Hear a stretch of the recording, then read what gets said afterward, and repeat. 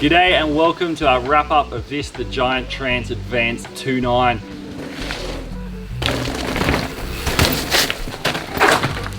This is the 2022 model.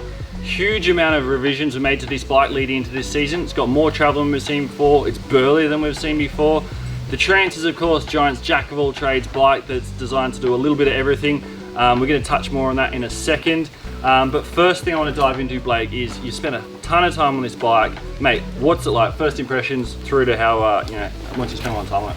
So first impressions, when we pulled this thing out of the box, we thought we'd been sent a Giant Rain with a Fox 34 on it. So basically, although the silhouette of the frame looks very, very similar, it's still Maestro system or that type of thing. But the actual frame itself has been basically completely redesigned with the same shape. So it's much stiffer, much stronger. As JT said, a lot burlier, although it still looks sleek and slim, sleek, and very, very light.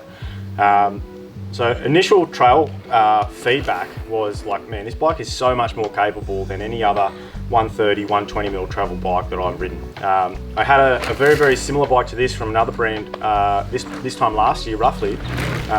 And it was nowhere near as confidence inspiring as the all-new Trance. So very, very positive feedback from the trail. You really knew what was going on underneath you. For such a short travel bike, like the rear end is still nice and stiff, so you can really be confident in ripping through those turns, getting a little bit sideways on the jumps and that type of thing as well. So yeah, very, very exciting little bike.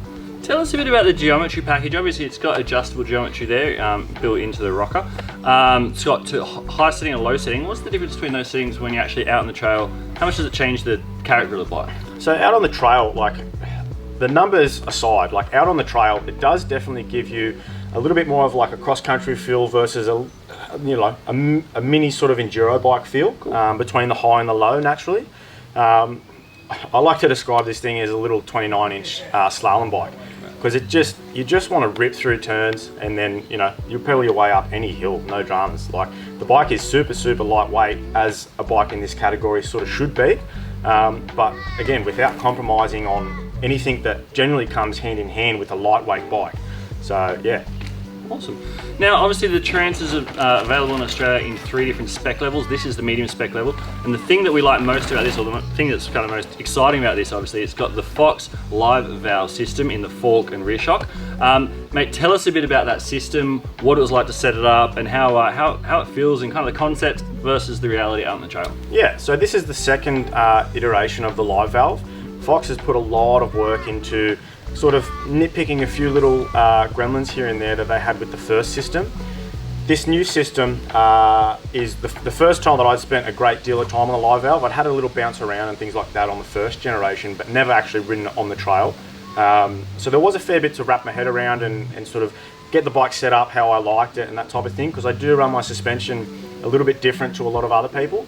But once we got all the basics covered and started playing around with the different aspects of the adjustability, so you've got you can custom tune it to however you want, but through the Fox Live Valve app or underneath there, you've got a physical button on the battery as well. You can cycle through different levels of how much it actually interacts with the suspension. Basically, it's built for efficiency. You can run the system completely open, and it basically does a minimal amount of work. So basically, out on the trail, depending on how stiff you've got your initial setting, the bike will stay locked out to a point until it senses that there's an impact coming from underneath. So we've got sensors just out near the rear brake, and obviously a sensor up in the forks, so little accelerometers. So the bike is consistently reading what's going on underneath it through the accelerometers, through what's happening with the wheels coming up underneath the suspension. So you can essentially have a hardtail in the rear if you wanted to, until it actually senses that there's an impact coming. So from an efficiency point of view, like you can pedal your absolute arse off, save the legs, save the lungs, until the suspension needs to be active. Just increasing efficiency all around. Look, do you notice any lag in the system? I know some comments we've seen online when we put this bike first up was like, what happens if the battery goes dead, or how much lag is it? Is it supersonic, the speed, or what's it like? You can actually hear the little sensors and the little valves in the suspension working.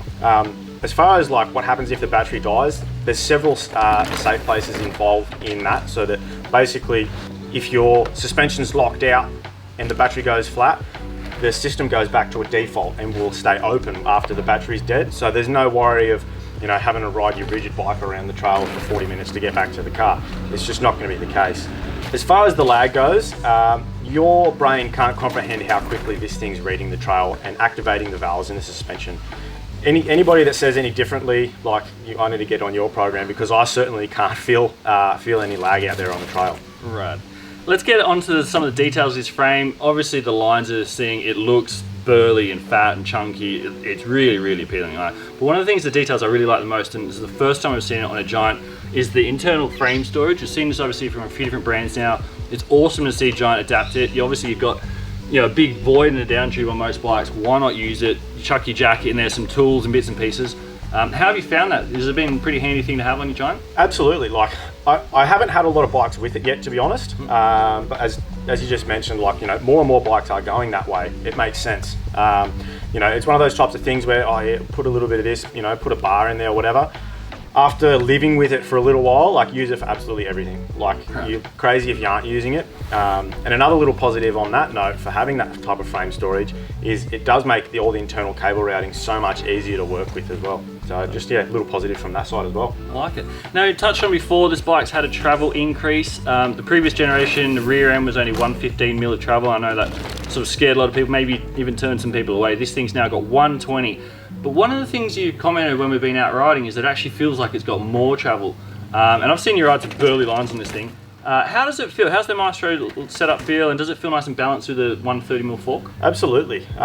So although the travel increase may not seem like a lot, like we're talking 5mm, like what's the difference really? But the extra 5mm coupled with the new stiffness of the rear end of the frame, that's where the bigger difference is. Like, they do go hand in hand with each other. Obviously, we're getting up there to 130 travel on the front.